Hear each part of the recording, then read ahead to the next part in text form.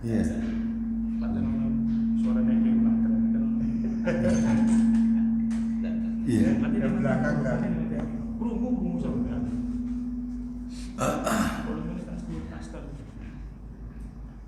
Bismillah.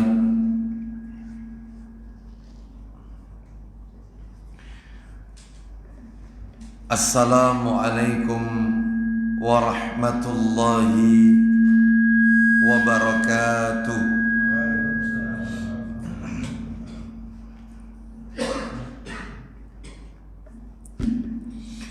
Alhamdulillah alladzi bi ni'matihi tatimmus shalihat wa ashhadu an la ilaha illallah wahdahu la syarika lah wa ashhadu anna muhammadan abduhu wa rasuluh. Ya ayyuhalladzina amanu taqullaha haqqa tuqatih wa la tamutunna illa wa antum muslimun. Amma ba'du, fa inna asdaqal hadisi kitabullah wa khairal hadi hadi Muhammadin sallallahu alaihi wasallam wa syarral umuri muhdatsatuha wa kullu muhdatsatin bid'ah wa kullu bid'atin dhalalah wa kullu dhalalatin finnar.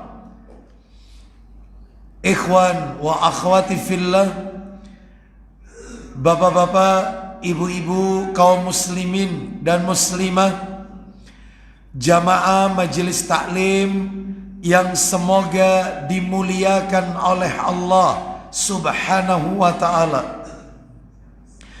Kepada segenap pengurus takmir Masjid Al-Hidayah Ketintang Wiyata yang semoga dirahmati oleh Allah Subhanahu wa ta'ala, puji dan syukur tidak henti-hentinya selalu kita panjatkan kepada Allah Tabaraka wa ta'ala atas segala karunia nikmat yang telah Allah berikan kepada kita.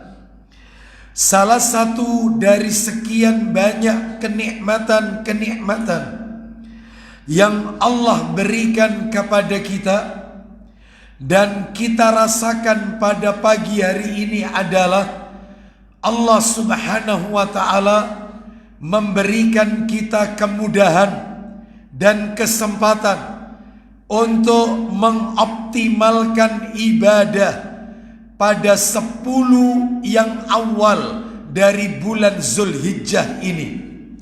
Sebagaimana Rasulullah sallallahu alaihi wasallam, beliau pernah bersabda, diriwayatkan oleh Imam Al-Baihaqi, kata beliau, ma min amalin azka indallahi azza wa jalla wala a'zamu ajran min khairin ya'maluhu fi ashril adha. Yang artinya, tidak ada satu amalan yang lebih suci di sisi Allah, dan tidak ada satu amalan yang pahalanya dilipat gandakan besar di sisi Allah daripada amalan yang dikerjakan oleh seorang hamba pada 10 yang awal dari bulan Zulhijjah.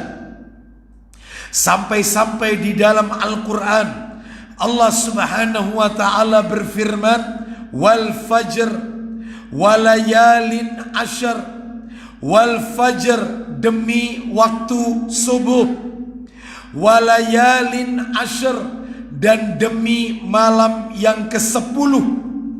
Kata para alim ulama ketika mengomentari demi malam yang ke-10, ternyata ada 3 waktu yang sangat diagungkan oleh Allah, dan masing-masing 3 waktu tersebut memiliki jumlah hari 10 harian. Apa saja 3 waktu itu? Waktu yang pertama adalah 10 hari yang terakhir bulan Ramadan. Kenapa? Karena di dalamnya ada Lailatul Qadar. Waktu yang kedua adalah 10 hari yang pertama di bulan Zulhijjah. Kenapa? Karena di dalamnya ada takbir, ada kurban, ada ibadah haji, ada puasa 9 hari di bulan Zulhijjah. Bahkan ada di dalamnya juga puasa Arafah dan seterusnya. Dan yang ketiga adalah 10 hari yang pertama di bulan Muharram. Kenapa? Karena di dalamnya ada Asyura. Memangnya kenapa dengan Asyura?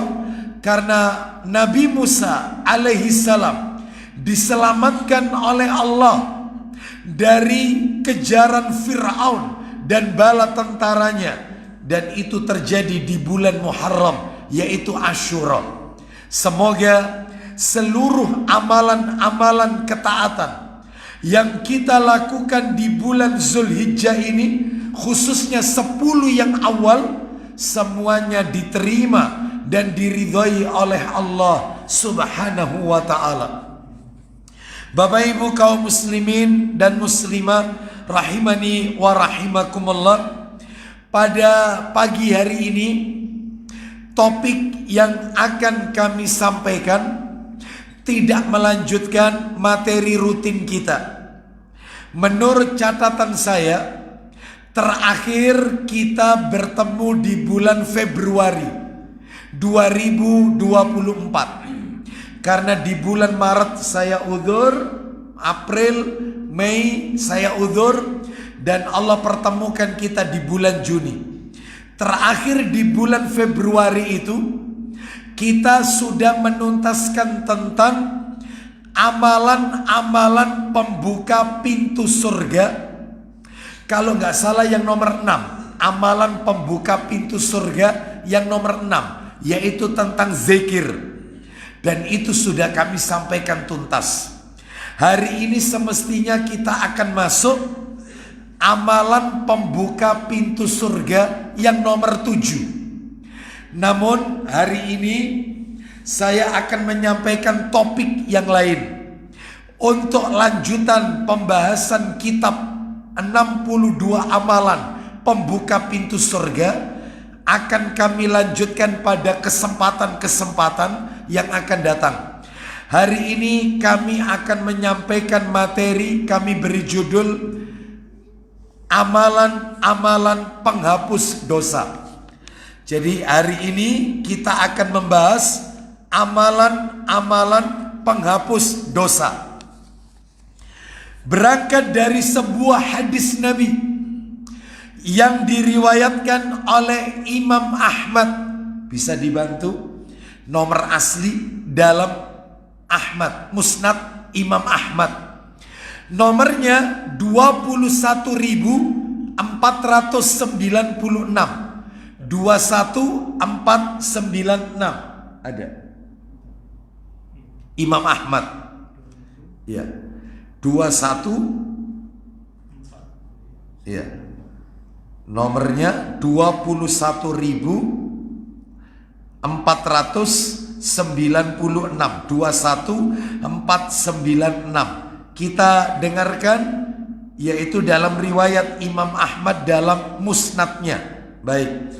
Bersumber dari sahabat Abu Qatadah radhiyallahu an, dia berkata, Rasulullah sallallahu alaihi wasallam bersabda, "Saumu yaumi Arafah yukaffiru sanataini madiyatan wa mustaqbalatan, wa saumu Asyura'a yukaffiru sanatan madiyatan." Silakan.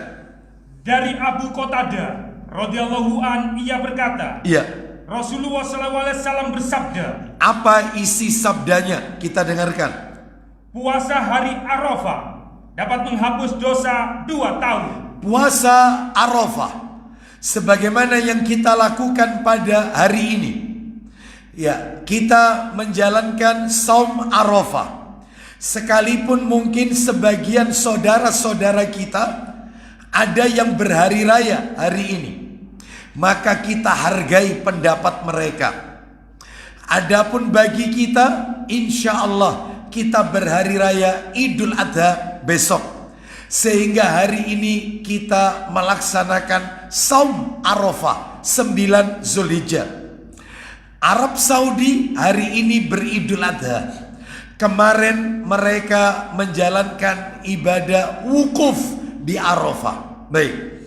Jadi ini wajar karena terjadi perbedaan matlak. Nah, dan ini dibenarkan oleh syariat, ya. Kita mengikuti matlak masing-masing di setiap negara. Kita lanjutkan. Kita nggak bisa bayangkan bagaimana dulu tidak ada teknologi, ya. Lalu tentunya kita berhari raya masing-masing. Setiap negara berhak menetapkan sesuai dengan ketetapan ulil amri. Baik, Bapak Ibu sekalian rahimani wa rahimakumullah, kita lanjutkan ya.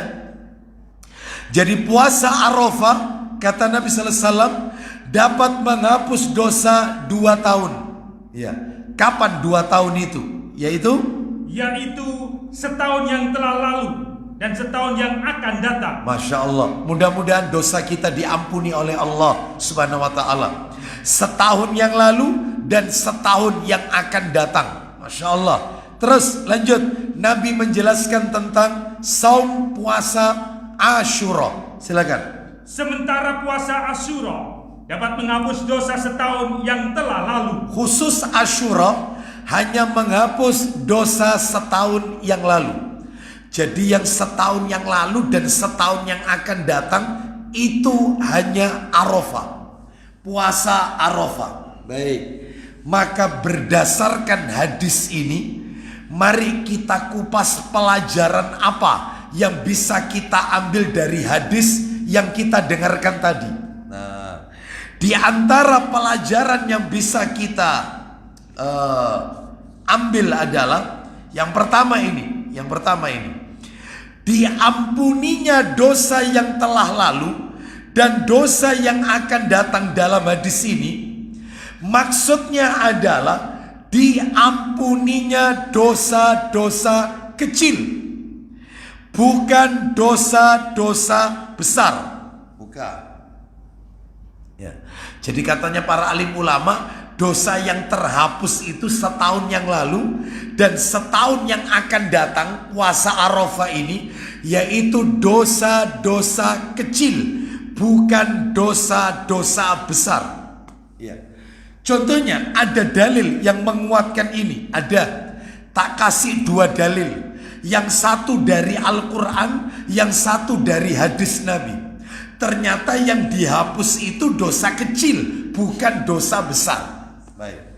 Dalilnya di mana? Dalilnya satu, firman Allah surat An-Nisa ayat 31. Kita dengarkan An-Nisa surat nomor 4 ayatnya 31.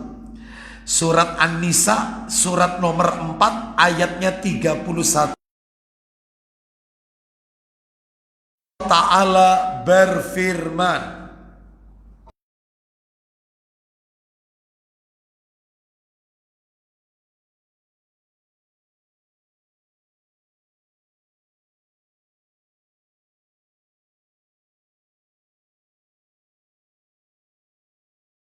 silakan.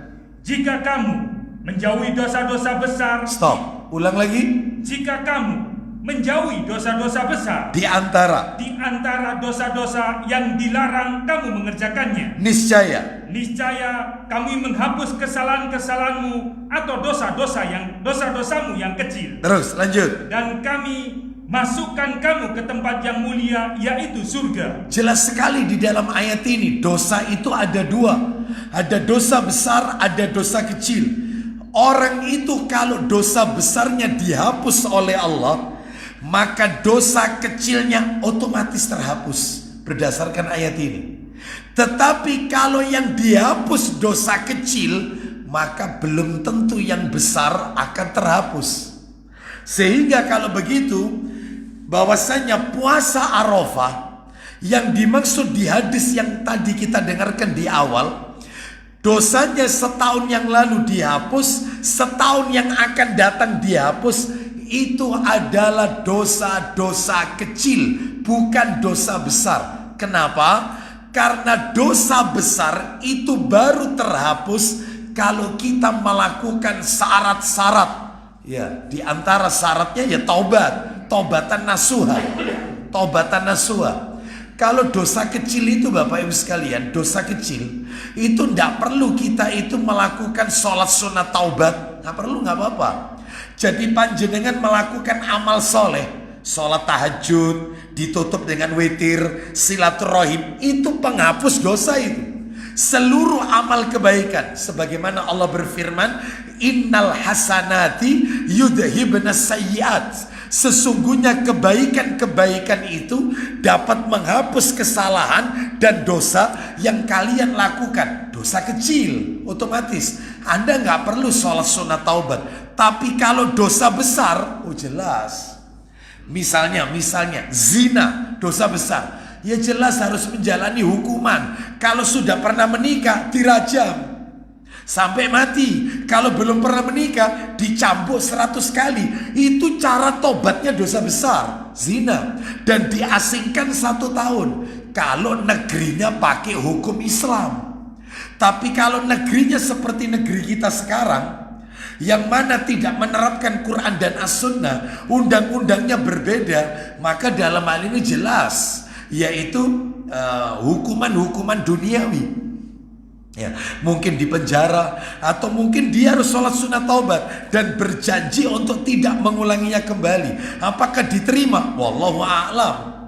Mencuri dosa besar, itu kalau di dalam Islam potong tangan. Berarti kalau sudah dipotong tangannya Ustadz, ngikuti hukum Islam, apakah nanti di akhirat dia diadab di neraka? Enggak. Karena sudah ditegakkan hukum Islam di dunia, di akhirat di neraka nggak akan diadab. Tapi kalau tidak ditegakkan, ya tergantung. Kalau Allah merahmatinya, Allah ampuni, Allah terima tobatnya, maka dia tidak akan diadab dalam neraka. Nah itu. Jadi intinya kalau dosa besar itu membutuhkan tata cara khusus. Ya sholat sunat taubat, lalu dia bertobat berjanji untuk tidak mengulanginya kembali, lalu diisi sisa hidupnya dengan melakukan amalan-amalan kebajikan dan seterusnya. Tapi kalau dosa kecil tidak harus sholat sunat taubat. Ya. Contohnya apa Ustadz? Dosa kecil itu Ustadz. Kalau dosa besar kan jelas, syirik dosa besar, ya, zina, durhaka kepada kedua orang tua itu dosa besar, mencuri dosa besar, banyak. Bahkan di dalam kitabnya Imam Az-Zahabi rahimahullah, beliau punya kitab namanya Al-Kabair yang isinya dosa-dosa besar. Itu kalau kita lihat jumlahnya lebih dari 70 Bapak Ibu sekalian. Lebih dari 70 macam dosa-dosa besar. Mulai dari syirik sampai yang terakhir. Bayangkan. Ya, maka itu dosa besar. Ya. Lah terus kalau dosa kecil. Dosa kecil itu salah satu contohnya Bapak Ibu sekalian. Dosa kecil ini ya, memandang melihat sesuatu yang dimurkai oleh Allah Subhanahu wa taala. Melihat sesuatu yang Allah tidak ridho. Misalnya melihat aurat, yang mana aurat itu adalah aurat seorang wanita atau seorang lelaki yang tidak halal untuk kita. Nggak boleh. Itu termasuk dosa kecil Bapak Ibu sekalian. Lah itu melunturkannya adalah dengan melakukan amalan-amalan soleh Bapak Ibu. Jadi saya mau tanya, kalau begitu dosanya mata ini sedikit apa banyak kira-kira? Banyak, ya banyak dosanya mata ini. Ya, lihat YouTube, maksudnya kita mau membuka kajian asatidzah, ustadz guru-guru kita, nggak taunya tampil aurat. Ya, itu sudah dosa itu. Maka istighfar aja, istighfar, astagfirullah. Jangan dilihat lagi tapi, ya, astagfirullah dilihat, tambah dipencet, tambah horor. tambah horor, ya, tambah dibuka tambah horor. Maka dosanya mata ini luar biasa. Ya, baik. Kita lanjutkan Bapak Ibu sekalian. Nah, sekarang berarti yang dihapus itu dosa kecil. Dalil kedua yang menunjukkan bahwasanya puasa Arafah itu dosa kita setahun yang lalu dan dosa kita yang akan datang itu dihapus. Berarti yang dihapus 2 tahun itu dosa kecil, bukan dosa besar. Dalilnya di mana? Dalil tambahan, dalil pendukung. Coba dibuka, yaitu dalam kitab Sahih Targhib wa Tarhib. Nomornya 994. Ya, silakan. Jilid 2. 994 Sahih Targhib wa Tarhib 994. Ya, kita dengarkan Bapak Ibu sekalian. Apa sabda baginda Rasul sallallahu alaihi wasallam? 994. Ya, kita dengarkan. Ayo dibaca dari Abu Hurairah radhiyallahu an. Silakan. Dari Abu Hurairah radhiyallahu an, dari Rasulullah sallallahu alaihi wasallam, beliau bersabda, As-salawatul khamsu. Silakan. salat 5 waktu. Maksudnya salat 5 waktu itu subuh ke zuhur, zuhur ke asar, asar ke maghrib, maghrib ke isya. Lanjut. Jumat ke Jumat berikutnya. Wal jum'atu ilal jum'ati. Jumat pekan yang lalu dengan Jumat pekan ini. Jumat pekan ini ketemu Jumat pekan depannya lagi. Begitu seterusnya. Wa ramadhanu ila ramadhana. Silakan. Ramadan ke Ramadan berikutnya. Ramadan tahun yang lalu dengan Ramadan tahun ini. Ramadan tahun ini ketemu Ramadan tahun berikutnya. Dan seterusnya. Begitu seterusnya. Lanjut. Adalah penghapus dosa di antaranya. Loh, mukaffiratun ma bainahunna idajtunibatil kabair. Jadi Ramadan ke Ramadan, Jumat ke Jumat, sholat ke sholat, itu penghapus dosa. Selama, lanjut, jika dosa-dosa besar dijauhi. berarti peluntur dosa kecil maksudnya. Itu subuh ke duhur, duhur ke asar, itu penghapus dosa kecil selama dosa besar dijauhi. Tapi kalau dosa besar tetap ia lakukan, maka yang kecil-kecil tidak akan terhapus, tetap ada. Ya, baik. Jadi ini menunjukkan kepada kita bahwasanya yang dihapus itu adalah dosa kecil. Tetapi Bapak Ibu sekalian, ada fatwa dari Syekhul Islam Ibnu Taimiyah rahimahullah. Ya. Apa kata beliau? Apa kata beliau? Coba Pak Didik diulang lagi yang hadis riwayat Imam Ahmad tadi. Nomornya yang 21496 tadi. 21.496. Silakan diulang lagi dari Abu Qatadah. Silakan. Dari Abu Qatadah radhiyallahu an, ia berkata, silakan. Rasulullah SAW bersabda, isi sabdanya, puasa hari Arafah dapat menghapus dosa 2 tahun. Puasa hari Arafah menghapus dosa 2 tahun. Mudah-mudahan yang kita lakukan hari ini, puasa Arafah penghapus dosa 2 tahun. 2 tahun itu yaitu setahun yang telah lalu dan setahun yang akan datang. Lanjutkan untuk Asyura, silakan. Sementara puasa Asyura dapat menghapus dosa setahun yang telah lalu. Yang telah lalu. Baik. Katanya Ibnu Taimiyah rahimahullah dalam kitab Majmu' Fatawa di juz yang ke-7 halaman 498. Apa kata Ibnu Taimiyah? Hadis ini menunjukkan kepada kita bukan hanya dosa kecil tok yang dihapus, bukan. Termasuk dosa besar juga diampuni. Kenapa? Karena di dalam hadis ini sifatnya umum, tidak dijelaskan rinci oleh Nabi. Yang penting dosa terampuni, dosa terhapus. Loh, dosa apa? Nggak tahu. Kecil besar karena nggak dijelaskan dosa besar apa kecil. Berarti ini fatwanya Ibnu Taimiyah. Wallahu a'lam, kebenaran hanya milik Allah Subhanahu wa taala. Baik, yang nomor 2 sekarang. Pelajaran dari hadis tadi yang kita dengarkan. Pelajaran nomor 2 sekarang. Yang kedua adalah, lah ini fatwa ulama ini. Perhatikan baik-baik. Penting ini untuk kita pahami. Jika seseorang tidak memiliki dosa kecil, dia nggak punya dosa kecil, maka puasa Arafah, puasa Asyura yang dia lakukan, ya saya ulang ini, kalau orang itu tidak punya dosa kecil, seumur hidup tidak punya dosa kecil, maka puasa yang dia lakukan, entah itu puasa Asyura, entah itu puasa Arafah, terutama Arafah ini ya, maka puasa yang dia lakukan itu menjadi penyebab diringankannya dosa besar yang ia lakukan. Dosa besarnya diringankan. Jadi puasanya itu berfungsi memperingan dosa besarnya, karena dia tidak punya dosa kecil soalnya. Seperti itu. Itu titik sudah. Lanjutannya ada lagi. Apabila dia tidak punya dosa besar, dia tidak pernah zina, dia tidak pernah minum khamr, dia tidak pernah menghilangkan nyawa orang, membunuh, dia tidak pernah mencuri, dia tidak pernah durhaka kepada orang tua, dia tidak pernah mendolimi istri, dia tidak pernah melakukan kedurhakaan kepada suami, dia tidak pernah melakukan dosa-dosa besar, seumur hidup nggak pernah melakukan dosa besar. Tapi dia punya dosa kecil, cuma dosa besar dia nggak punya. Maka puasa Arafahnya akan menjadi penyebab dinaikkannya derajatnya di sisi Allah Azza wa Jalla. Jadi puasa Arafahnya itu menjadi penyebab dinaikkannya derajat.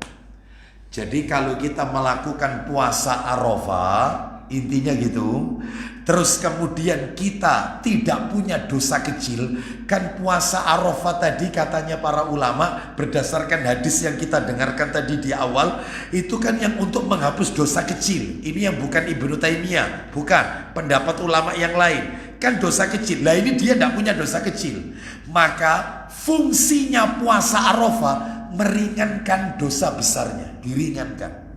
Terus kebalikannya, sekarang dia tidak punya dosa besar. Lah fungsinya puasa Arafah apa? Maka fungsinya puasa Arafah mengangkat derajatnya nanti di hari kiamat, yaitu derajat yang tinggi di sisi Allah. Mengangkat derajatnya, menaikkan derajatnya dia nanti di akhirat. Nah, intinya itu. Jadi kalau tidak punya dosa kecil, maka dosa besarnya diringankan. Kalau tidak punya dosa besar, maka puasa Arafahnya ngangkat derajatnya lebih tinggi nanti di akhirat. Bisa dipahami sampai di sini? Itu dikatakan oleh Imam An-Nawawi. Ya, Imam An-Nawawi dalam kitab Syarah Sahih Muslim. Kita lanjutkan. Lah yang nomor 3 ini yang agak panjang. Apa yang nomor 3? Yang nomor 3 adalah, yang nomor 3, di dalam hadis tadi Nabi memberikan motivasi kepada umatnya. Nabi memberikan motivasi kepada umatnya untuk melakukan amalan-amalan yang bisa menghapus dosa-dosa kita, baik kecil maupun besar. Apa amalannya? Lah ini yang mau saya sampaikan. Saya ulang. Pelajaran yang nomor 3, Nabi SAW memberikan motivasi kepada umatnya untuk melakukan amalan-amalan yang dapat menghapus dosa, baik dosa kecil maupun dosa besar. Lah ini lakukan amalan ini. Lakukan amalan-amalan ini. Jadi Bapak Ibu sekalian, sebelum saya tunjukkan satu persatu amalan apa saja yang dapat menghapus dosa, yang dapat menghapus dosa, maka perlu Bapak Ibu ketahui yang namanya istighfar. Istighfar itu kan minta ampun. Itu modelnya ada 2 Bapak Ibu. Ada istighfar itu di lisan, ada istighfar itu dengan amalan anggota badan. Ada. Contoh istighfar di lisan, ya seperti panjenengan kalau setiap selesai sholat, Assalamualaikum warahmatullah, Assalamualaikum warahmatullah, Astagfirullah, Astagfirullah, Astagfirullah. Aku mohon ampun kepada Allah, aku mohon ampun kepada Allah, aku mohon ampun kepada Allah. Termasuk zikir pagi petang. Itu ada astaghfirullah wa atubu ilaihi. Astaghfirullah wa atubu ilaihi. Aku minta ampun kepada Allah dan bertobat kepada Allah. Kan dibaca 100 kali. Itu lisan Bapak Ibu. Lisan. Ini ada minta ampun modelnya pakai amalan anggota badan. Jadi panjenengan tidak perlu lisan istighfar. Lakukan amalan ini otomatis diampuni oleh Allah Subhanahu wa taala. Otomatis. Melakukan amalan-amalan. Jadi bukan lisan, bukan perkataan, tapi perbuatan, action. Maka otomatis diampuni dosa-dosanya. Nah, saya akan carikan yaitu amalan-amalan yang bisa menghapus setahun yang lalu. Setahun yang lalu. Lalu terus Ustaz, yang akan datang.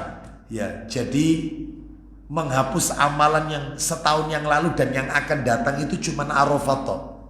Hanya Arafah, diingat-ingat ya, diingat-ingat. Satu-satunya amalan, ya satu-satunya amalan yang bisa menghapus dosa setahun yang lalu dan setahun yang akan datang hanya Arafah. Gak ada lagi, gak ada lagi. Saya pengen berbagi ilmu. Hari ini akan kami sampaikan amalan-amalan yang bisa menghapus dosa setahun yang lalu. Tok, setahun yang lalu. Lah terus yang akan datang nggak ada, cuman Arafah tok soalnya. Ada. Bisa dipahami sampai di sini. Apa amalannya? Amalannya totalnya ada 11. 11 amalan yang bisa menghapus dosa setahun yang lalu. Yang lalu dihapus. Yang lalu dihapus oleh Allah Subhanahu wa taala. Apa saja itu? Satu, yang pertama ini, yang pertama. Ya. Semua dosanya yang lalu dihapus oleh Allah. Sedangkan yang akan datang enggak. Lah terus ada enggak dosa yang akan datang dihapus? Ada, cuman Arafat toh, hanya itu. Dosa penghapus dosa yang telah lalu adalah satu, masuk ke dalam agama Islam. Orang masuk Islam, seluruh perbuatan dosanya sebelum dia masuk Islam itu diampuni semua oleh Allah Azza wa Jalla. Makanya mu'alaf itu, mu'alaf orang baru masuk Islam itu luar biasa, itu seperti bayi baru lahir itu, gak punya dosa. Nek ngono awak dhewe ya hapus yang sudah masuk Islam. Sabar. Sabar. Jangan keluar Islam, jangan murtad ini ya. Keluar masuk lagi. Ya, keluar naudzubillah min dzalik. Ya, jangan ya. Terus kita ini Ustaz ya apa? Sekarang kan saya sudah Islam mulai lahir Ustaz, saya Islam. Tapi kan saya mulai lahir itu kan gak kenal sunnah Ustaz. Dulu hidup saya ini Ustaz, waduh sudah Ustaz ya. Semua yang Nabi tidak lakukan itu tak lakoni Ustaz. Padahal itu kan bid'ah, gak ada tuntunannya. Sekarang saya sudah rajin taklim. Saya berubah, pengen mengikuti sunnah. Ya apa? Apakah dihapus yang lalu-lalu itu? Sabar, itu nanti masuk bab hijrah. Nanti belakangan aja. Ini khusus yang baru masuk Islam. Mu'alaf dulu. Nomor 1 khusus mu'alaf. Mereka yang baru masuk Islam. Mana dalilnya? Mana dalil yang menunjukkan orang masuk Islam seluruh dosanya yang telah lalu diampuni oleh Allah Subhanahu wa taala. Makanya tolong nanti ini ayatnya sampaikan ke mereka. Supaya mereka kepincut masuk Islam. Dan masuk Islam tidak perlu masuk ke ruangan bilik terus bayar, nggak perlu ya. Pengakuan dosa nggak perlu. Kan mereka bayar itu masuk ke bilik itu bayar itu ya. Dan dia utarakan itu ya sama apa pendeta apa pastornya. Sampaikan saya melakukan ini itu pastornya ya. Islam nggak butuh yang kayak gini ya. Maka lakukan masuk Islam toh semuanya terhapus. Mana dalilnya? Tak kasih beberapa dalil. Yang pertama dalilnya surat Al-Anfal ayat 38. Surat nomor 8 Al-Anfal ayatnya ayat 38. Al-Anfal ayat 38. Kita dengarkan. Surat nomor 8 ayat 38. Allah Ta'ala berfirman,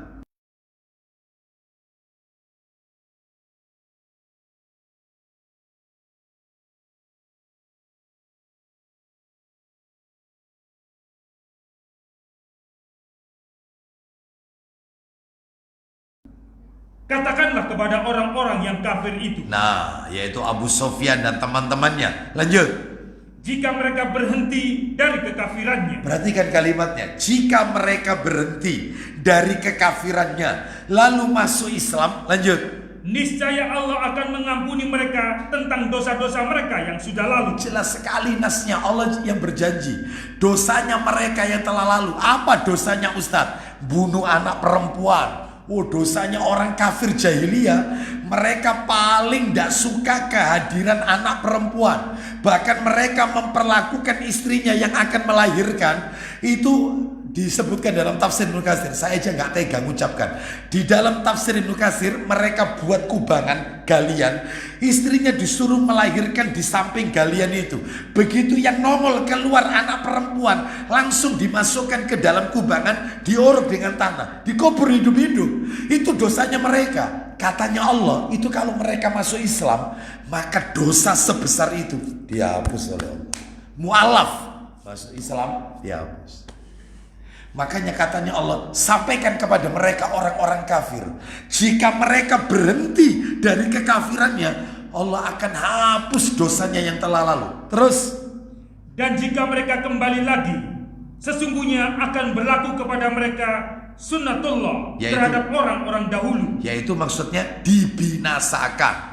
Kan ada orang itu yang mempermainkan agama, masuk Islam keluar Islam, masuk Islam keluar Islam. Nah, yang kayak gini, ini katanya Allah dalam ayat ini, firman Allah, mereka akan dibinasakan, akan berlaku sunnah Allah atas umat-umat yang terdahulu. Apa itu? Dibinasakan. Na'udzubillah. Baik, saya tambahkan satu lagi dalil.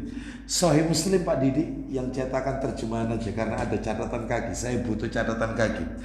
Sahih Muslim nomor 99. Nomor cetakan terjemahan itu ya, 99. Kalau nomor aslinya nomor 123, nomor asli. Nomor aslinya 123. Yang kita baca ini nomor cetakan terjemahan. Isinya sama, isinya. Silakan Pak Didi. 99. Ya, 99. Hakim bin Hisam radhiyallahu an bertanya kepada Rasulullah sallallahu alaihi wasallam. Silakan. Ia berkata, Iya.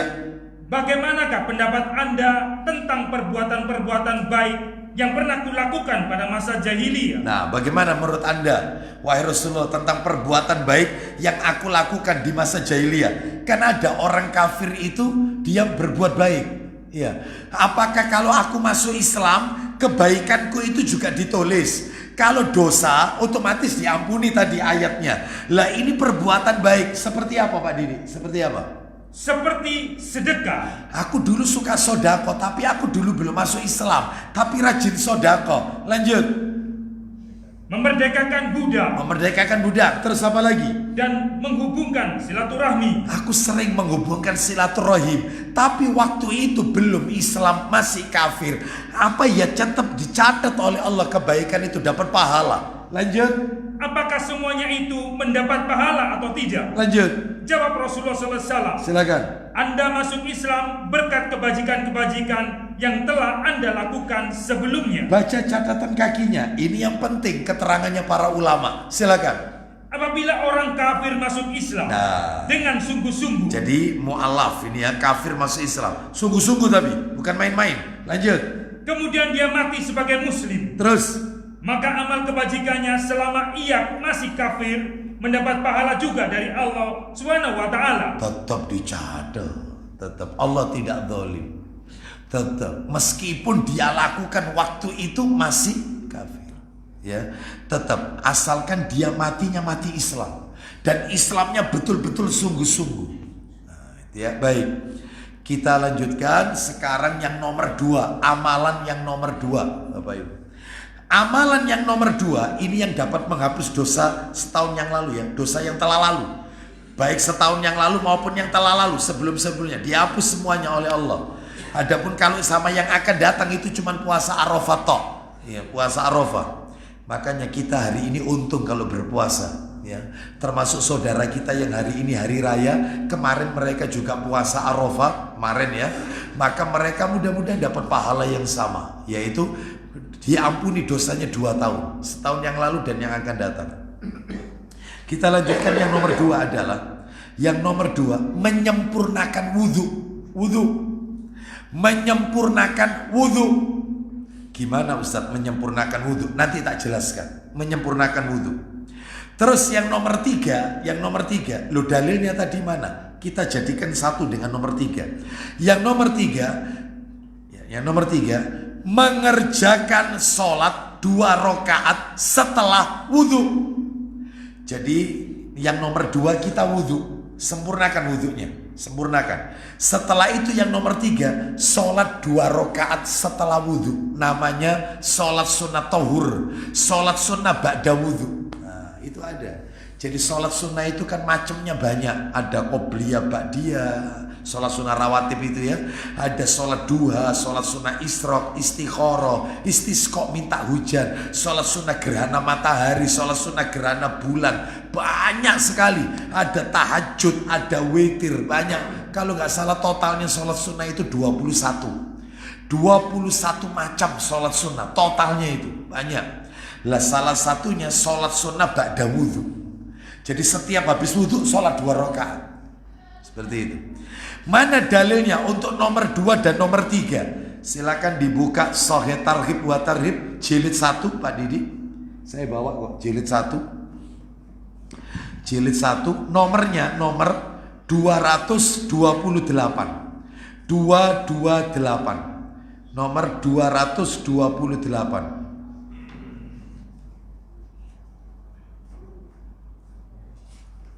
Ya, kita dengarkan dari Zaid bin Khalid Al-Juhani. Silakan. Dari Zaid bin Khalid Al-Juhani radhiyallahu an, bahwa Rasulullah SAW bersabda, "Man tawaddo'a fa ahsanal wudu'a summa salli rak'ataini la yashu fihima ghufira lahu ma taqaddama min dzambihi." Jelas sekali. Silakan. Barang siapa berwudu lalu dia membaguskan wudunya. Siapa yang berwudu lalu disempurnakan, diperbagus wudunya. Lanjut. Kemudian sholat 2 rakaat. Nah ini yang tadi nomor 3, sholat 2 rakaat setelah wudu. Maka di mana dia tidak lalai di dalamnya, maka diampuni dosa-dosanya yang telah lalu. Yang telah lalu dihapus semua oleh Allah Azza wa Jalla. Ini ya amalannya. Terus pertanyaannya, seperti apa wudhu yang sempurna itu? Jawabannya, wudhu yang sempurna adalah wudhu yang mengikuti petunjuk Rasulullah Sallallahu Alaihi Wasallam.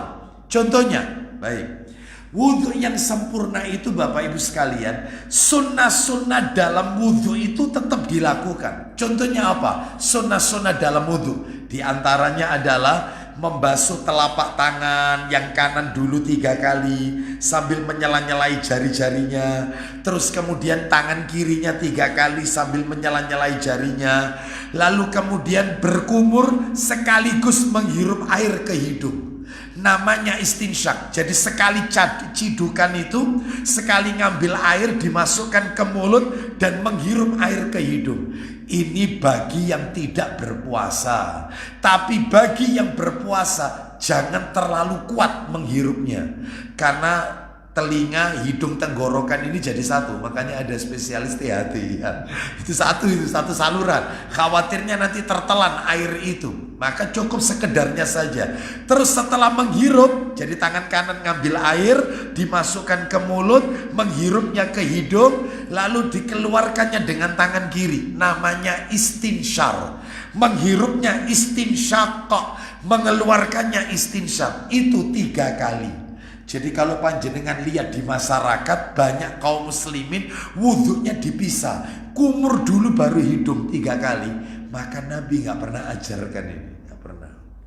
Kumur dulu, sudah kumur 3 kali, baru kemudian hidung 3 kali. Ya, maka ini gak ada. Jadi mulut dan hidung itu jadi satu.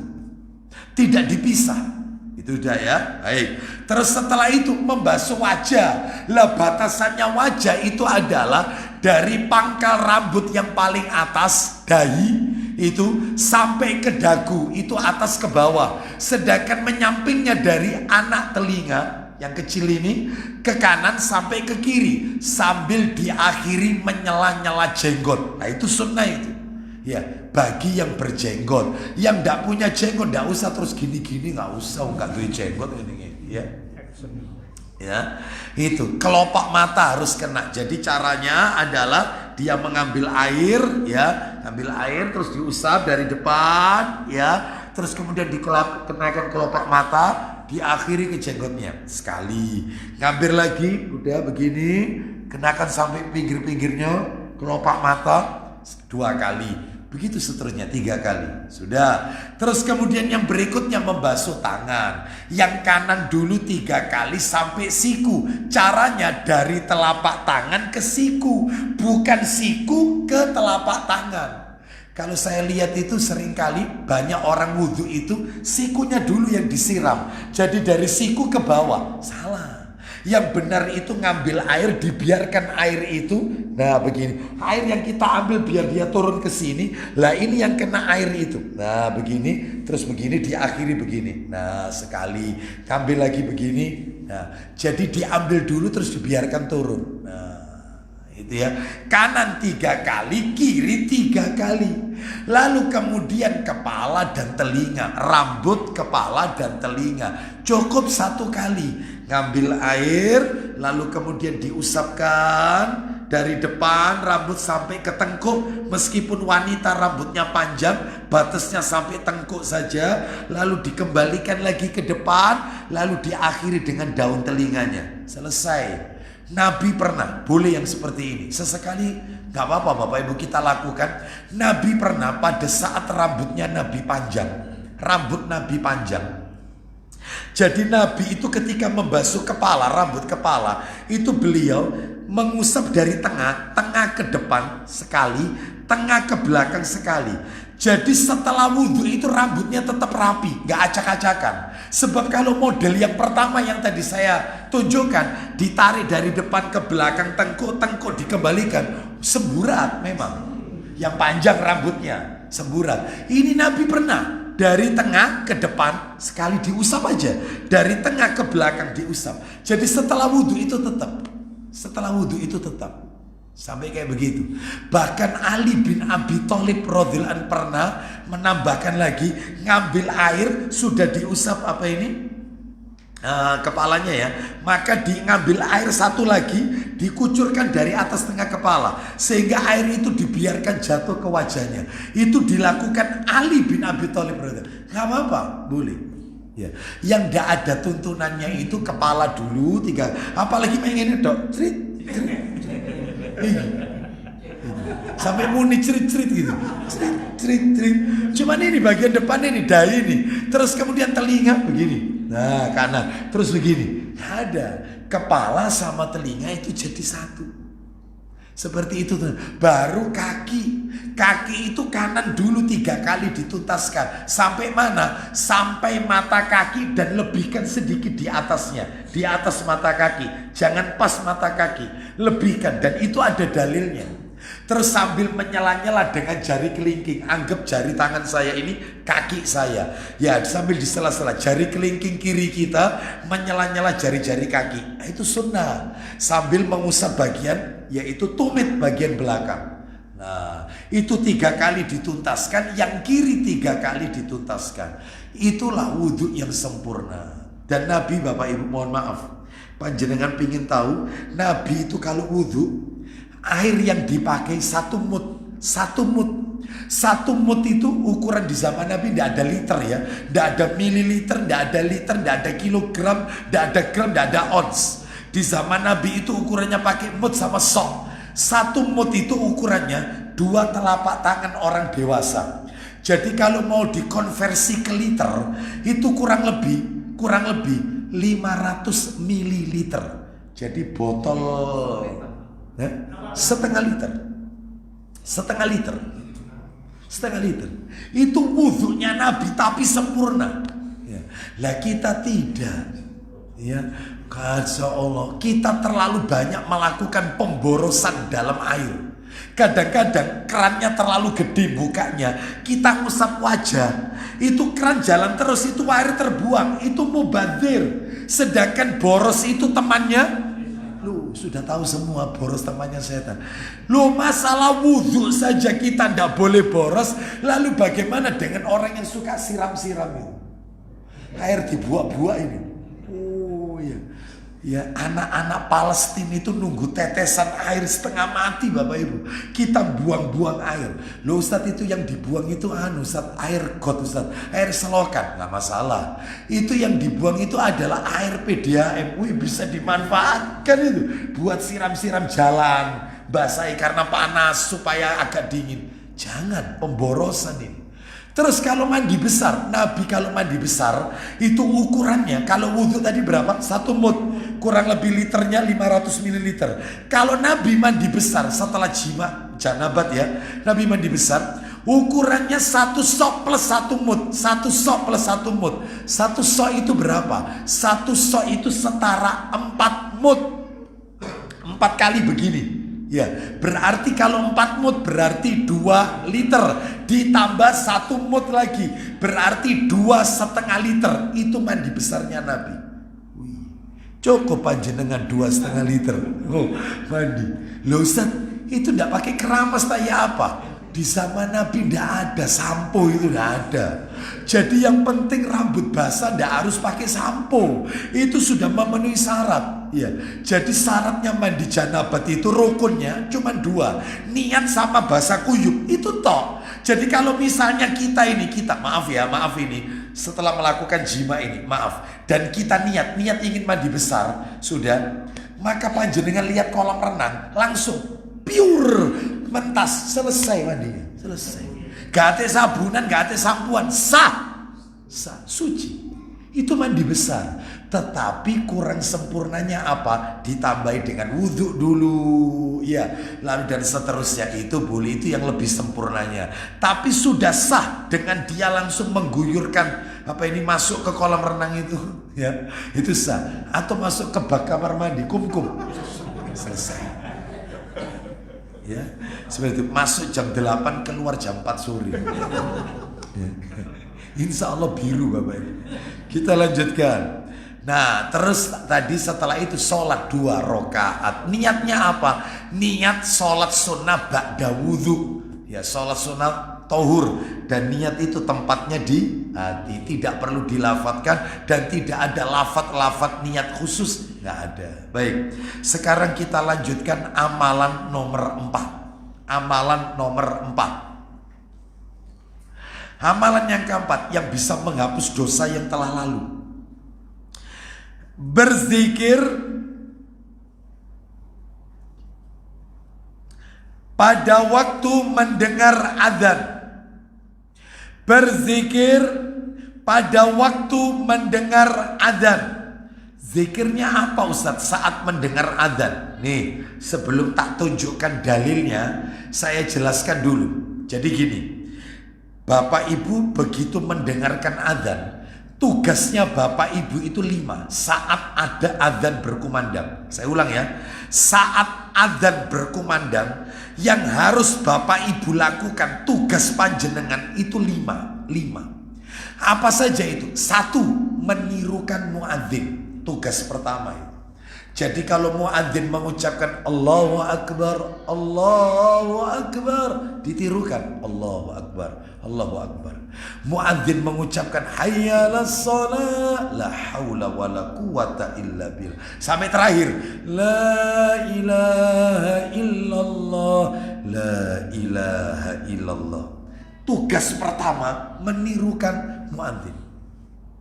Tugas kedua, ya kewajiban kita membaca syahadat asyhadu alla ilaha illallah wahdahu la syarikalah wa asyhadu anna muhammadan abduhu wa rasuluh. Itu nomor 2, syahadat dulu. Asyhadu alla ilaha illallah wahdahu la syarikalah wa asyhadu anna muhammadan abduhu wa rasuluh. Tugas kita ketiga, pokoknya ada 5. Dengarkan adzan itu 5. Yang nomor 3 setelah itu membaca raditu billahi robba. Terus? Nah ya salah ya. Raditu billahi robba wa bi Muhammadin rasulah wa bil islami dina. Itu semestinya begitu, ya. Jadi kalau raditu billahi robba wa bil islami dina wa bi Muhammadin sallallahu alaihi wasallam nabiyya wa rasulah, itu zikir pagi, zikir petang, dibaca 3 kali. Kalau setelah adzan itu raditu billahi robba wa bi Muhammadin rasulah wa bil islami dina. Ustadz sering keplicuk kebalak-balik, ndak apa-apa. Boleh. Tapi kalau kepingin tahu, ya itunya urutannya begitu semestinya. Baik, kita lanjutkan. Karena memang ada dalil wabil islami dina dulu boleh, ada. Cuman yang paling kuat wabi Muhammadin dulu terus wabil islam. Baik. Terus setelah itu tugas nomor berapa sekarang? 4. Yang nomor 4 baca sholawat. Allahumma sholli ala Muhammad wa ala ali Muhammad kama shollaita ala Ibrahim sampai innaka hamidum majid. Yang kelima terakhir baca doa setelah adzan. Allahumma robba hadhihi da'wati tamma wassolatil qaima ati Muhammadanil wasilata wal fadila wa ba'athu maqama mahmuda alladhi wa'atta. Selesai, baru silakan sambil nunggu iqamah panjenengan doa bebas, boleh bahasa Indonesia. Doa antara adzan dan iqamah tidak tertolak. Jadi 5 ini harus dulu ya. Diperhatikan 5 ini. Mana itu dalilnya? Zikir pada waktu mendengar adzan. Zikirnya itu ya tadi itu. 5 itu tadi yang saya sampaikan. Silakan dibuka dalilnya Sahih Targhib wa Tarhib nomor 254. 254 Sahih Targhib wa Tarhib 254. Iya, silakan dibaca, dibantu nomornya dari Sa'ad bin Abi Waqqas. Silakan. Dari Sa'ad bin Abi Waqqas radhiyallahu an, dari Rasulullah sallallahu alaihi wasallam, beliau bersabda, Man qala hina yasma'ul muadzina, ya, wa asyhadu anna asyhadu an la ilaha illallah wahdahu la syarikalah wa asyhadu anna Muhammadan abduhu wa rasuluh raditu billahi rabba. Lah di situ redaksinya wabil islami dina, nggak apa-apa. Tapi redaksi yang lain wabi Muhammadin rasulah wabil islami dina ghafarallahu lahu dzambahu. Silakan. Barang siapa ketika mendengar muadzin, yaitu mengumandangkan azan, mengucapkan, dan aku bersaksi bahwa tidak ada ilah yang berhak disembah kecuali hanya Allah semata. Asyhadu an la ilaha illallah wahdahu la syarikalah. Terus tidak ada sekutu baginya. Wa asyhadu anna Muhammadan abduhu wa rasuluh. Lanjut. Dan bahwa Muhammad adalah hamba dan rasulnya. Raditu billahi rabba. Aku rela Allah sebagai Rabbku. Baik, terus kemudian kalau ngikuti yang ini ya, wabil islami dina. Silakan. Islam sebagai agamaku. Wabi Muhammadin nabiyya wa rasulah. Dan Muhammad sebagai rasulku. Baik, sebagai rasulku. Maka Allah mengampuni dosa-dosanya. Loh, di mana ada kata-kata yang telah lalu? Lanjutkan Pak Didi. Keterangan bawahnya, lanjutannya. Ya, Muslim berkata, Ghufirallahu ma taqaddama min dzambi. Diampuni dosa-dosanya yang telah lalu. Loh, itu maknanya. Diampuni dosanya yang telah lalu. Itu amalan nomor berapa tadi? 4. Amalan nomor 5. Yang nomor 5, yang menjadi penyebab dosa kita yang telah lalu diampuni oleh Allah. Yang nomor 5, orang yang bacaan aminnya bertepatan dengan amin para malaikat. Jadi kalau imam mengucapkan waladdallin, itu kalau makmum mengucapkan amin, bertepatan dengan aminnya para malaikat, dosanya yang telah lalu dihapus semuanya oleh Allah. Gimana caranya mengetahui Ustadz? Kok bisa bertepatan dengan aminnya malaikat? Katanya ulama, jangan memperlambat dari bacaan imam. Begitu imam waladdallin, langsung amin terus ya. Sebab ada orang itu imam belum kelar waladdallin, Anak-anak amin, belum kelar padahal imam. Maka nggak bertepatan. Jadi diharapkan bertepatan setelah lin terakhir itu selesai baru disambung. Ya. Apakah imam juga membaca amin? Iya, sunnahnya begitu. Bahkan Nabi pun mengeraskan. Jadi makanya imam-imam di Masjidil Haram sama Masjid Nabawi, lihat itu di YouTube. Ghairil maghdubi alaihim waladdallin. Amin. Itu ya. Imamnya baca amin. Ya. Jadi diharapkan mudah-mudahan bertepatan dengan aminnya malaikat. Baik. Mana dalilnya? Dalilnya adalah Sahih Targhib wa Tarhib nomor 514 sebentar. Ya. 514, betul. 514 Sahih Targhib wa Tarhib 514. Ya.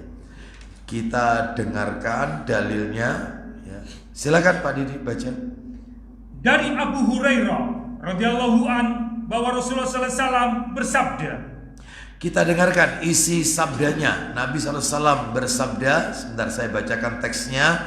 Idza qala al-imamu ghairil maghdubi alaihim waladdallin faqulu amin. Faman wafaqa qawluhu qawlal malaikah ghufira lahu ma taqaddama min dambihi. Silakan. Apabila imam membaca bukan jalan mereka yang dimurkai dan bukan jalan mereka yang sesat, Ghairil maghdubi alaihim waladdallin, terus maka ucapkanlah amin. Terus Karena barang siapa yang ucapan aminnya bertepatan dengan ucapan amin para malaikat, maka dosanya yang telah lalu diampuni. Diampuni oleh Allah yang telah lalu. Baik. Untuk laki-laki dikeraskan, untuk wanita tidak dikeraskan. Kita lanjutkan nomor 6. Yang nomor 6, dosa yang telah lalu dihapus oleh Allah. Yang ke-6 adalah orang yang mengucapkan Allahumma Rabbana lakal hamdu saat imam membaca Sami Allahu liman hamidah yang bertepatan dengan ucapan malaikat. Jadi kan setelah imam mengucapkan Sami Allahu liman hamidah, itu redaksinya banyak Bapak Ibu. Ada yang redaksinya Sami Allahu liman hamidah. Redaksi pertama adalah Rabbana walakal hamdu. Redaksi kedua Rabbana lakal hamdu, nggak pakai wa. Redaksi ketiga Sami Allahu liman hamidah Allahumma Rabbana lakal hamdu.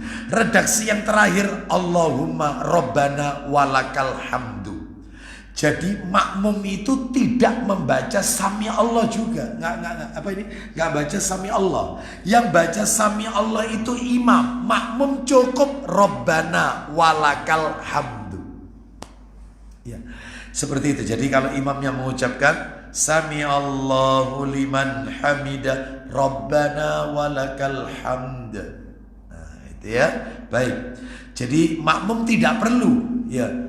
Misalnya imamnya berkata Sami Allahu liman hamidah, Sami Allahu liman hamidah. Enggak. Salah ya. Yang benar itu makmum mengucapkan Rabbana walakal hamdu.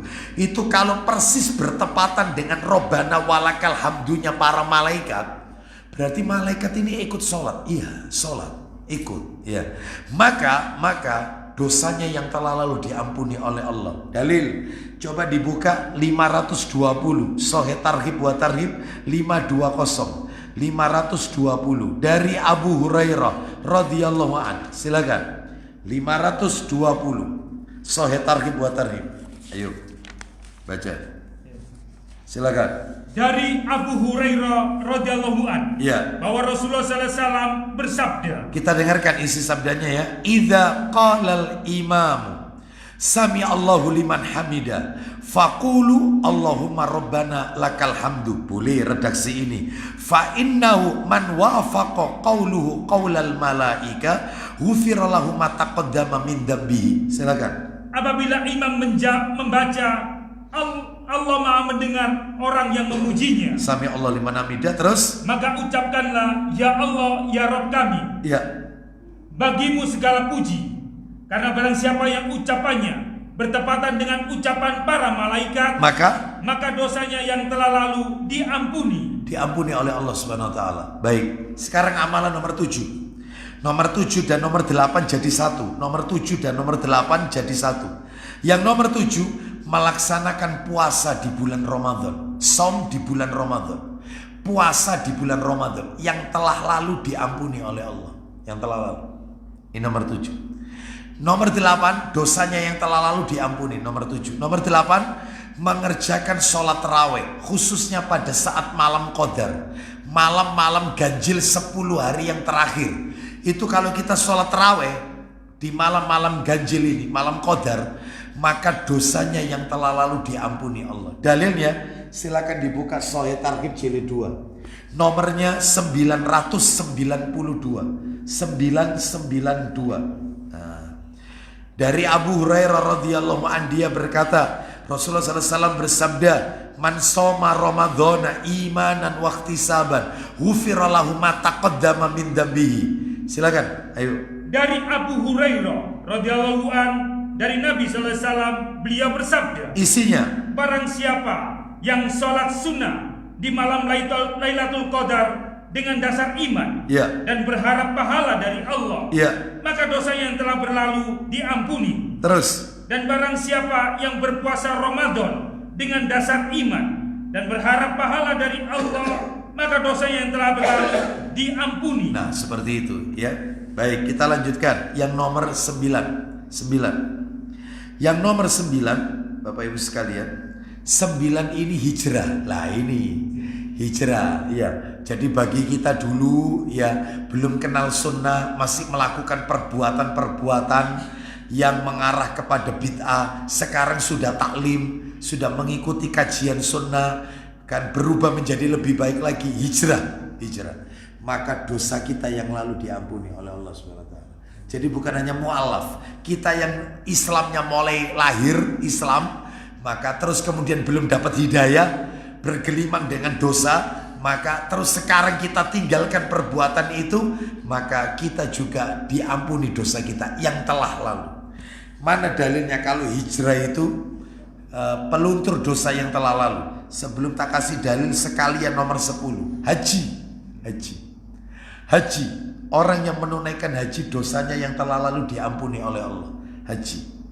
Mudah-mudahan saudara-saudara kita yang saat ini sedang menunaikan rukun Islam yang kelima, semua dosanya diampuni oleh Allah Subhanahu wa taala. Dalilnya di mana? Dalilnya Sahih Targhib wa Tarhib jilid 2 nomor 1097. 1097 jilid 2. 1097. 1097 dari Amr bin Al-As radhiyallahu an.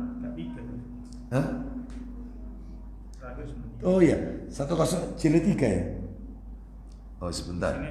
Taib, silakan. Ya. Jilid 3 ternyata bukan jilid 2. Awal-awal berarti ya, awal-awal. Nomornya awal-awal. 1097. Nah, ini sudah ketemu. Ya. Dari Ibnu Shimasa. Silakan. Kalau belum ketemu pakai ini. Ada, ketemu. Nah, itu jilid 3. 1097. Dekat kok nomornya. Awal-awal itu, awal-awal.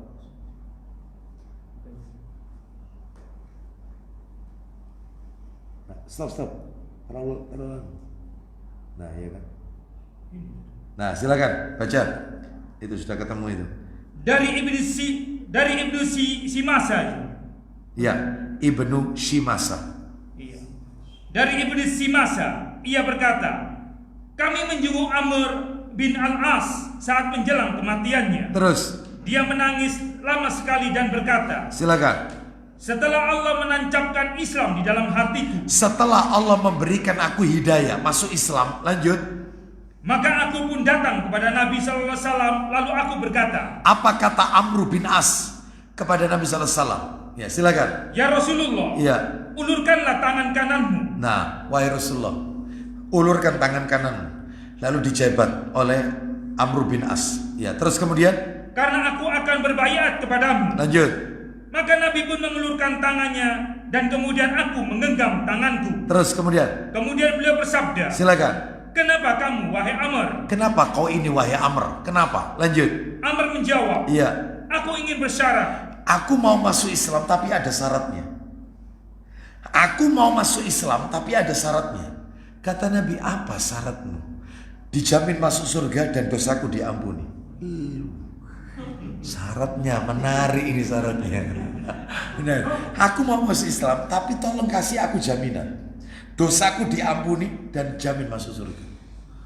Sama Nabi, ya, dijabat tangannya. Masya Allah, enak kalau ada Nabi ya. Terus silakan. Nabi bertanya, Iya. apa yang kamu persyaratkan? Apa yang kamu persyaratkan? Silakan. Amr menjawab, Iya. agar dosa-dosaku diampuni. Dosa-dosaku diampuni. Dalam riwayat yang lain ada tambahan. Riwayat Muslim, yaitu aku dijamin masuk surga. Terus kan? Nabi bersabda, Nah, ini poinnya di sini poinnya. Silakan. tidakkah kamu telah mengetahui wahai Amr, Apakah kau tidak tahu? Lanjut. bahwasanya Islam itu menghapus dosa-dosa yang sebelumnya. Loh, tadi sudah kita bahas. Orang masuk Islam itu dosanya yang lalu dihapus oleh Allah. Terus lanjut. Dan sesungguhnya Ya. hijrah itu menghapus dosa-dosa sebelumnya. Orang yang hijrah itu juga dapat menghapus dosa yang lalu. Terakhir, Serta haji pun menghapus dosa-dosa sebelumnya. haji itu menghapus dosa-dosa yang telah lalu. Kalau apa ini lengkap ini dalam hadis ini, komplit ya. Jadi ini menunjukkan kepada kita bahwasannya hijrah dan haji penghapus dosa yang telah lalu. Dan Bapak Ibu harus tahu hijrah itu ada 3. Nah, 3-tiganya harus dilakukan. Salah satu tidak dilakukan tidak bisa, nggak sempurna hijrahnya. Hijrah itu ada 3. Yang pertama namanya hijrah makan. Apa hijrah makan? Hijrah tempat tinggal. Istilahnya eksodus. Hijrah tempat. Yang nomor 2 hijrah amal. Hijrah dari amal perbuatan. Nanti kita kasih contoh-contohnya. Yang nomor 3 hijrah amil. Apa hijrah amil? Hijrah dari orang yang melakukan perbuatan maksiat tersebut. Contohnya, penjelasannya. Nah, tak jelaskan. Nomor 1 hijrah apa tadi? Hijrah makan, hijrah tempat. Mungkin dia dulu sebelumnya berada di satu tempat yang tempat itu penuh dengan pelaku maksiat. Sehingga dia harus keluar dari tempat itu. Sebab kalau dia bertobat tapi tetap tinggal di situ, nggak mungkin hijrahnya berjalan mulus. Nggak mungkin. Saya tanya, panjenengan pernah dengar tidak cerita kisah orang yang membunuh 99 orang? Ya. Jadi awalnya dia bunuh 99. Lalu dia tanya kepada seorang pendeta, pastor, aku telah membunuh 99 orang. Apakah masih ada kesempatan tobat untukku? Tobat masih terbuka. Dosaku diampuni? Katanya si pendeta, maklum pendeta, dia mengatakan dosamu terlalu banyak. Tidak ada pintu tobat. Daripada ganjil, digenapi sekali. Karena tidak menyejukkan hati jawabannya. Ya, digenapi. Jadi berapa dia bunuh? 100. Dia pergi ke orang alim. Aku telah membunuh sekian banyak orang. Ya, apakah dosaku masih diterima, masih diampuni oleh Allah, tobatku diterima oleh Allah? Katanya orang alim ini bisa dengan satu syarat. Kau harus pindah. Lah ya, ini namanya hijrah makan. Kau harus pindah dari tempat di mana kau tinggal. Karena tempat di mana kau tinggal itu tempatnya pelaku maksiat. Kalau kau tobat masih tinggal di tempat itu, maka tobatmu nggak akan sempurna. Kau harus eksodus, harus hijrah. Nah, sudah ya. Maka pindahlah dia. Singkat cerita, di tengah perjalanan belum sampai keburu meninggal. Lalu turunlah 2 malaikat, malaikat rahmat sama malaikat adab. Kata malaikat rahmat, orang ini jatahku karena dia sudah niat untuk tobat. Katanya malaikat adab, nggak bisa. Syaratnya harus ke tempat, menuju ke tempatnya orang-orang soleh, dan dia belum sampai, maka dia milikku. Allah turunkan lagi 1 malaikat untuk menengahi dari dua malaikat ini perselisihan. Lah disinilah muncul hadisnya dua. Dua-duanya sahih riwayatnya. Hadis pertama riwayatnya, malaikat yang ketiga ini berkata, ukur jaraknya, mana yang lebih dekat. Setelah diukur, jaraknya lebih dekat dengan negeri yang mau dituju, diampuni oleh Allah dan tobatnya diterima. Hadis yang kedua bukan diukur, tapi malaikat yang ketiga menyuruh, coba kau lihat dadanya. Dadanya orang ini ketika meninggal menghadap kemana? Ternyata miring menghadap ke negeri yang mau dituju, diampuni oleh Allah dosanya. Itu riwayatnya dua, ya. Nah berarti satu hijrah tempat, harus ini keluar dari tempat orang yang melakukan perbuatan maksiat. Nomor dua, hijrah amal, yaitu melakukan amalan-amalan soleh yang berlainan dari yang dulu pernah dia kerjakan. Dulu dia peminum, sekarang ditinggalkan. Dulu dia pezina, sekarang ditinggalkan. Dulu dia durhaka sama orang tua, sekarang jadi anak yang berbakti kepada orang tua. Itu namanya hijrah amal, perbuatan. Dulunya gimana, sekarang menjadi lebih baik. Yang ketiga, hijrah amil. Lah ini yang paling berat. Hijrah nomor 3 ini, hijrah amil. Apa hijrah amil ini? Hijrah dari orang yang melakukan perbuatan. Saya pernah ketemu dengan orang ini, seperti kayak gini nih pernah. Ustadz, alhamdulillah saya sudah meninggalkan perbuatan saya dulu, alhamdulillah. Terus saya sudah pindah rumah Ustadz, tak tinggalkan tempat saya tinggal dulu, alhamdulillah. Saya tanya, kamu masih gumbul ndak berteman dengan teman-temanmu dulu yang pelaku maksiat? Yo iku sing gak iso tak tinggal Ustadz. Yo tetep gumbul konco plek ya Ustadz. Ya lah. Gak bisa, kecuali kalau kamu bisa memberi warna kepada mereka. Tapi kalau kamu gak bisa nasihati mereka, maka dikhawatirkan kamu akan tergerus ya pada perbuatan mereka. Seperti itu. Sedangkan kita ini, iman kita ini naik turun. Lebih baik Anda left dari pertemanan dengan mereka. Left berteman dengan mereka. Berteman saja dengan orang-orang soleh. Allah akan pilihkan teman-teman soleh. Tinggalkan. Ya seperti itu. Kalau kita mau menasihati, tidak apa-apa, bisa menasihati. Ya seperti itu. Sebab ada yang kayak gini sudah kejadian. Ya dia sudah lurus dapat hidayah, ternyata teman-temannya tidak ditinggal. Ya awal-awalnya dinasihati, tinggal no rek, tinggal no. Ya aja anu ini. Kau nih sok ustad, sok yai, iki cimono didik lah, cimono, istilah. Masa kamu ini anu? Akhirnya ikut harus. Akhirnya jatuh lagi kepada perbuatan yang lama. Nah ini nggak boleh ya, haram. Kita lanjutkan nomor 11 terakhir. Yang ke-11 adalah amalan penghapus dosa yang telah lalu. Yang nomor 11, membaca doa ketika memakai baju. Membaca doa ketika memakai baju. Dalilnya Sahih Targhib wa Tarhib jilid 4.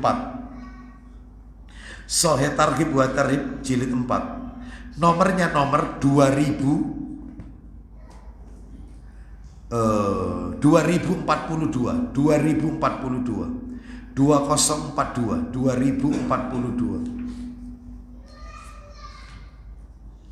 2042. Ya, dari Mu'adz bin Anas radhiyallahu an. Silakan. Ayo. Dari Mu'adz bin Anas radhiyallahu an, ia menuturkan, Rasulullah SAW telah bersabda. Nah ini, man akala to'aman faqala. Silakan. Barang siapa yang memakan makanan lalu membaca. Siapa yang setelah memakan makanan lalu dia baca alhamdulillahilladzi at'amani hadza wa razaqanihi min ghairi haulin minni wala quwwatin. Silakan. Segala puji hanya milik Allah yang telah memberiku makanan, yang memberiku makanan ini dan mengaruniakannya kepadaku tanpa ada daya dan kekuatan dariku. Maka ghufira lahu ma taqaddama min dzambi. Silakan. Niscaya diampuni dosa-dosanya yang telah lalu. Wa man labisa sauban faqala. Lanjut. Dan barang siapa yang memakai pakaian lalu membaca. Siapa yang memakai baju lalu dia baca alhamdulillahilladzi kasani hadza wa razaqanihi min ghairi haulin minni wala quwwatin. Silakan. Segala puji hanya milik Allah yang telah memakaikan kepadaku pakaian ini dan mengaruniakannya kepadaku tanpa ada daya dan kekuatan dariku. Ghufira lahu ma taqaddama min dzambi. Silakan. Niscaya diampuni dosa-dosanya yang telah lalu. Loh, seperti itu. Jadi setelah makan dan setelah memakai pakaian. Jadi ketika memakai pakaian, kita membaca doa tadi. Hafal kira-kira? Ayo tak kasih waktu 1 menit dihafalkan. Tirukan saya dulu. Tirukan saya. Yang setelah memakai baju, pakai baju, ya. Yang setelah pakai baju, ya, kita pakai baju baca doa ini. Tirukan sama-sama. Alhamdulillahilladzi Alhamdulillahilladzi kasani hadza warazaqanihi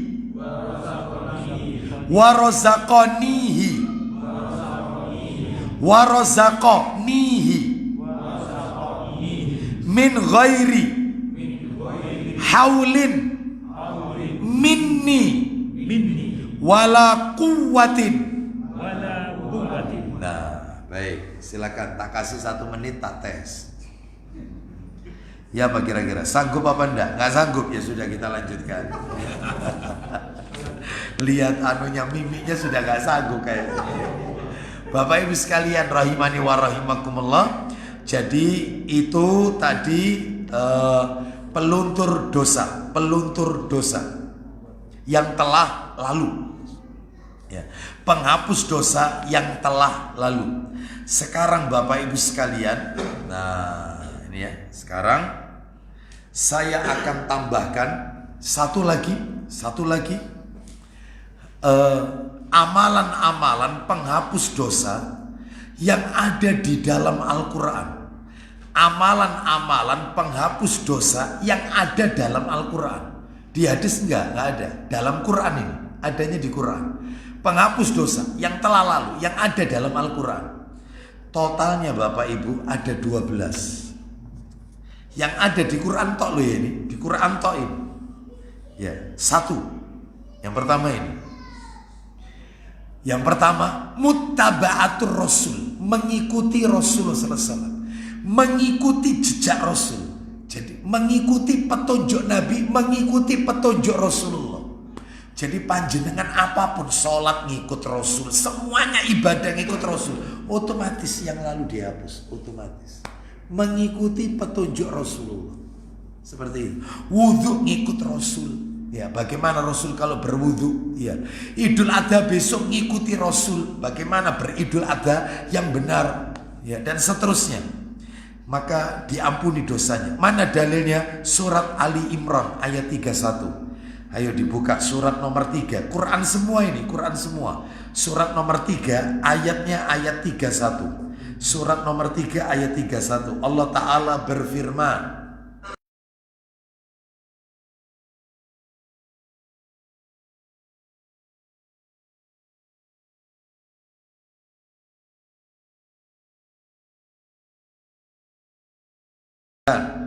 Katakanlah Muhammad, silakan. jika kamu benar-benar mencintai Allah, Kalau kalian mencintai Allah, maka ikutilah aku. ikuti aku. Aku di sini Rasulullah Muhammad SAW. Lanjut. Niscaya Allah mengasihi dan mengampuni dosa-dosamu. Duh, mengampuni dosa-dosamu. Ikuti Rasul dalam semua hal. Ikuti Nabi. Baik. Terus nomor 2, penghapus dosa yang ada dalam Al-Quran. Mentauhidkan Allah. Mentauhidkan Allah, tidak melakukan syirik. Mentauhidkan Allah otomatis. Jadi panjenengan kalau sekarang mentauhidkan Allah, tidak pernah berbuat syirik, tidak pernah melakukan hal-hal yang kelenik-kelenik atau perbuatan-perbuatan yang mengarah kepada kesirikan, maka otomatis dosanya diampuni. Dalilnya surat An-Nisa ayat 18. An-Nisa ayat 18. An-Nisa ayat 18. Allah Ta'ala berfirman,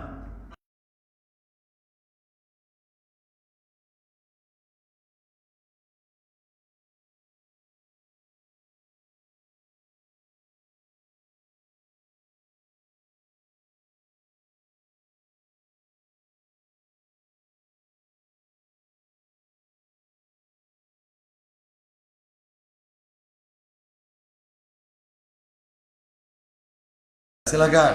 Dan tidaklah taubat itu diterima Allah dari orang-orang yang mengerjakan kejahatan hingga apabila datang ajal kepada seseorang di antara mereka, maka barulah ia mengatakan, sesungguhnya saya bertobat sekarang, dan tidak pula diterima taubat orang-orang yang mati sedang mereka di dalam kekafiran. Lah itu yang perlu digarisbawahi. Ya. Dan tidak pula diterima tobat dari orang-orang yang meninggal sedang mereka di dalam kekafiran. Jadi kalau matinya kafir, tobatnya nggak akan diterima. Bagi orang-orang itu telah kami sediakan siksa yang pedih. Nah, seperti itu ya. Jadi ini menunjukkan kepada kita, ya kalau kita lihat itu di mana ini, di awal ayat itu, ya di awal ayat itu. Dan tobat itu tidaklah diterima dari mereka yang melakukan kejahatan hingga apabila datang ajal kepada mereka. Jadi mereka yang masih melakukan kejahatan, tobatnya nggak diterima. Hentikan itu, maka tobatnya diterima dan Allah akan ampuni semua dosa-dosanya. Ya. Sekarang kita lanjutkan yang ketiga, bertakwa kepada Allah. Orang kalau bertakwa kepada Allah, maka dosanya yang lalu diampuni oleh Allah. Apa sih takwa itu? Takwa itu menjalankan perintah Allah dan Rasulnya, meninggalkan larangan Allah dan Rasulnya. Dalilnya di mana? Surat Al-Anfal, surat nomor 8, dibuka. Ayatnya 29. Al-Anfal ayat 29. Ya ayyuhalladzina amanu. Ya. In tattaqullaha. Allah berfirman, Al-Anfal 29. Surat nomor 8 ayat 29.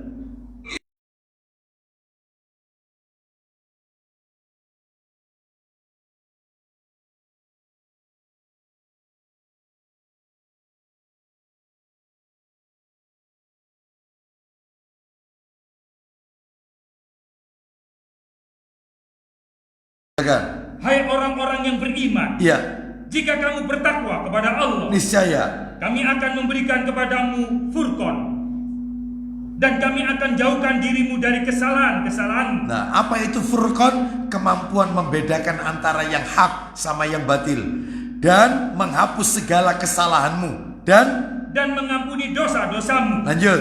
Dan Allah mempunyai karunia yang besar. Jadi orang kalau bertakwa dosanya diampuni oleh Allah. Berikutnya nomor 4. Nomor 4 sampai nomor 11 itu dalilnya jadi satu semua. Ya, nomor 4 diborong satu ayat, diborong semua. 4 sampai 11. 4, 5, 6, 7, 8, 9, 10, 11. 8 poin satu ayat. Diampuni semua dosanya oleh Allah yang telah lalu. Apa itu nomor 4? Nomor 4 itu adalah qunut. Apa qunut itu?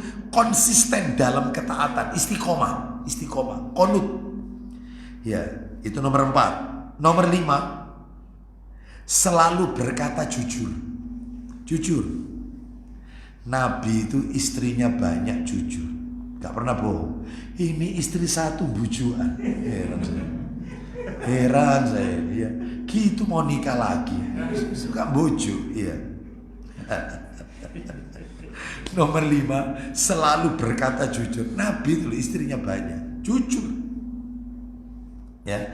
Nomor 6, sabar ketika tertimpa musibah. Sabar ketika tertimpa musibah.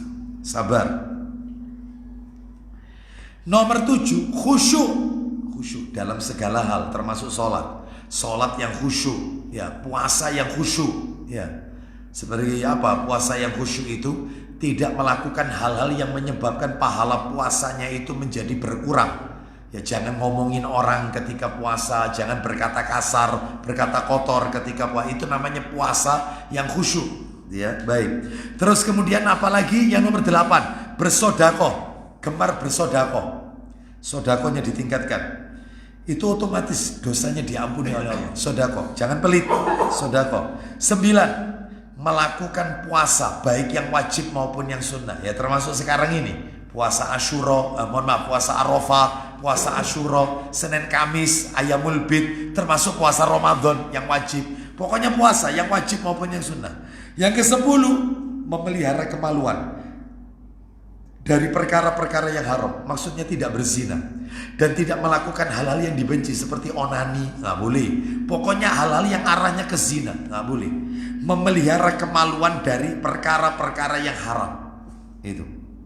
11, terakhir, banyak berzikir kepada Allah, banyak mengingat Allah. Berzikir. Dalilnya di mana nih kok diborong semua? 4 sampai 11, 8 poin. Surat 33 ayat 35. Nah, yuk.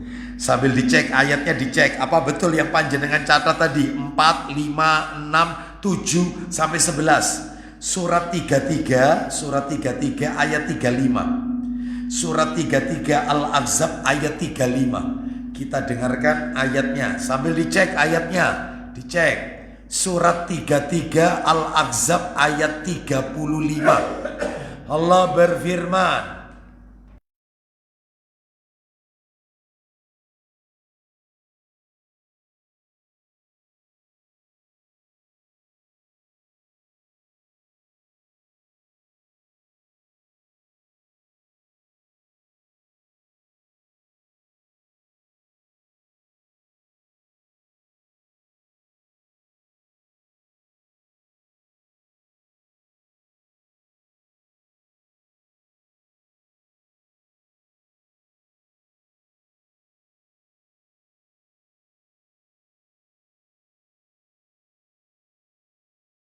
silakan.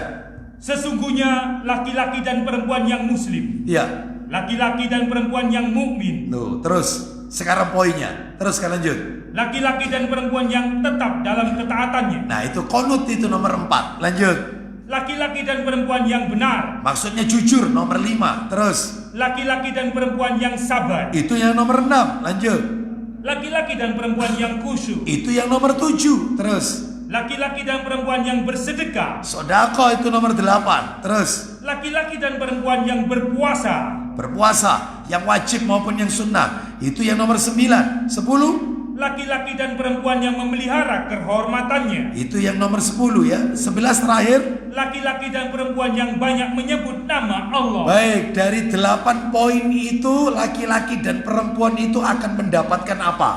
Allah telah menyediakan untuk mereka ampunan dan pahala yang besar. Nah, seperti itu. Diampuni oleh Allah dosa-dosanya. Mudah-mudahan yang disebutkan tadi laki-laki dan perempuan, laki-laki dan perempuan, laki-laki dan perempuan, kita ada di dalamnya mudah-mudahan.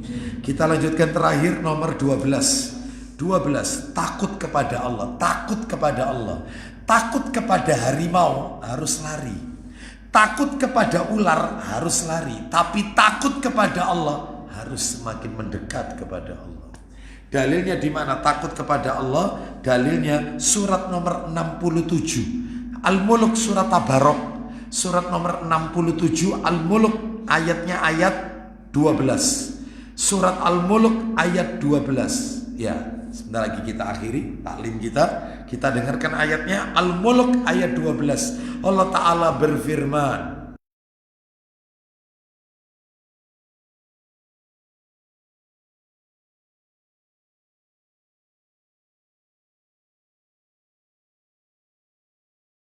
orang-orang yang takut kepada Robnya, terus, yang tidak tampak oleh mereka, maka mereka akan memperoleh ampunan dan pahala yang besar. orang yang takut kepada Allah diampuni oleh Allah Subhanahu wa taala. Dan orang kalau sudah takut kepada Allah, maka dia akan jauh dari maksiat. Jadi kalau masih korupsi itu belum takut sama Allah berarti.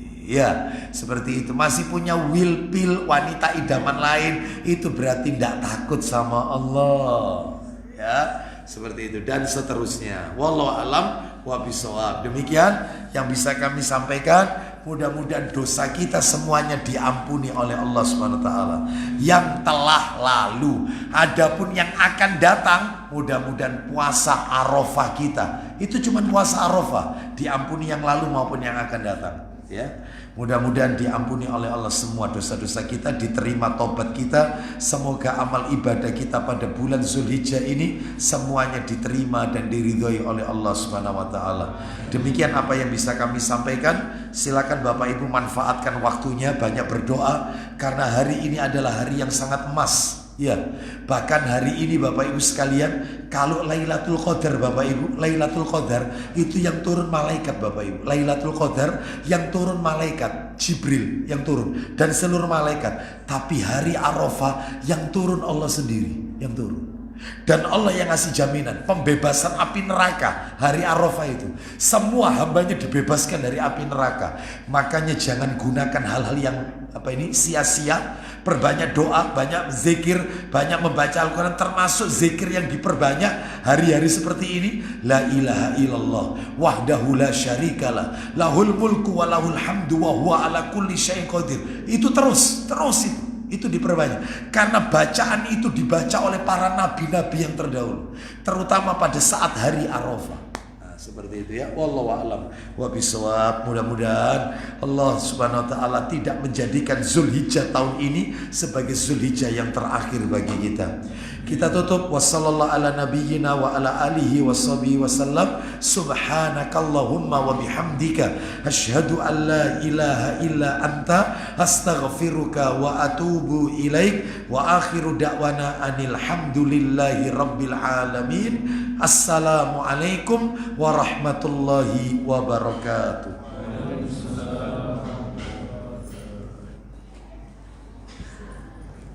Assalamualaikum. Waalaikumsalam warahmatullahi wabarakatuh.